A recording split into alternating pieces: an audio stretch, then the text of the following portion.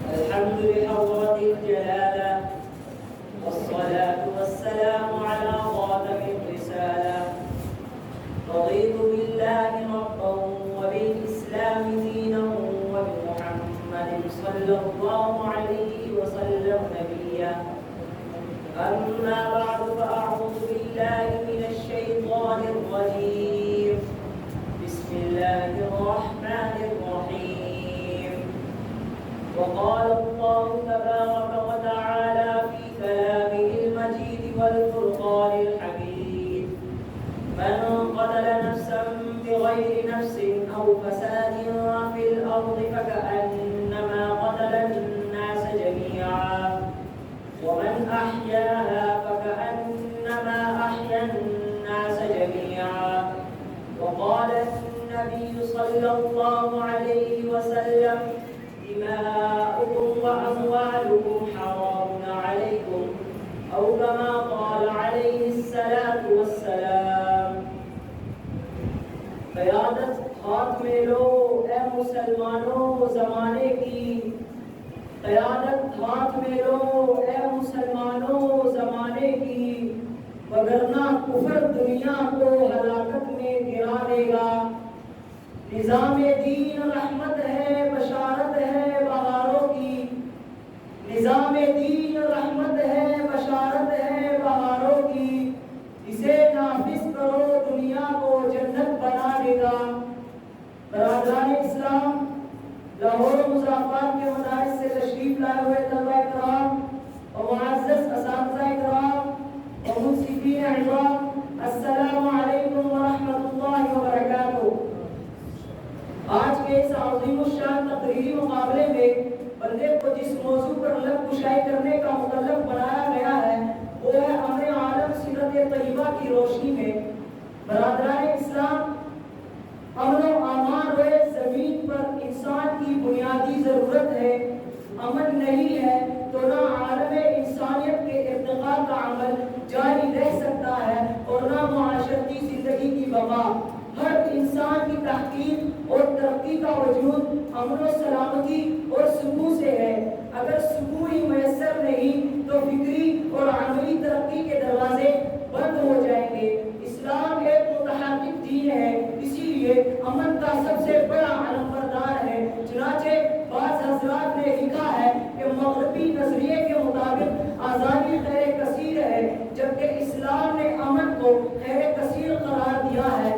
اسلامی زندگی کا احترام قرآن کریم نے جس عجیب و مؤثر پیرائے میں بیان فرمایا ہے اس تک دنیا کا بڑے سے بڑا مصلح اور امن کا علمبردار بھی نہیں پہنچ سکا۔ چنانچہ آپ صلی اللہ علیہ وسلم کا ارشاد ہے: المؤمن من امنہ الناس علی دمائہم و اموالہم، یعنی مومن وہی ہو سکتا ہے جس سے دوسرے لوگ اپنی جان و مال کو مامون و محفوظ جانیں۔ سامعین محترم، ایمان، اسلام اور سلام ملاقات کے الفاظ میں امن و سلامتی کا ہونا ہی سب سے پہلے اس حقیقت کی طرف اشارہ ہے کہ اس مذہب کے خمیر میں ہی امن و سلامتی شامل ہے، کیونکہ یہی تینوں چیزیں ایک دین کی ظاہری علامت ہوتی ہے۔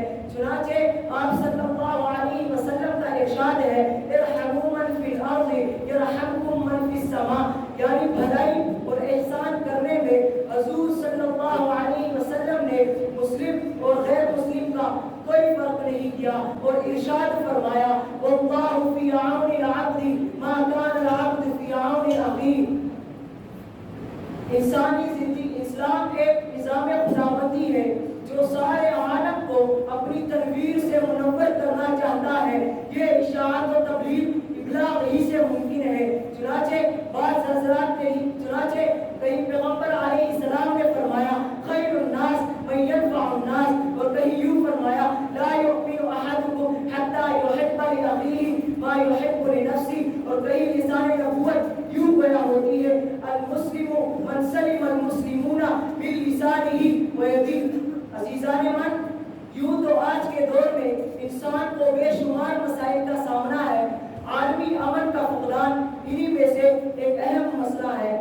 لسانی، ثقافتی، مذہبی تعصب، تنگ تنگ نظری اور نفرت نے انسان کو انسان کا دشمن بنا دیا ہے.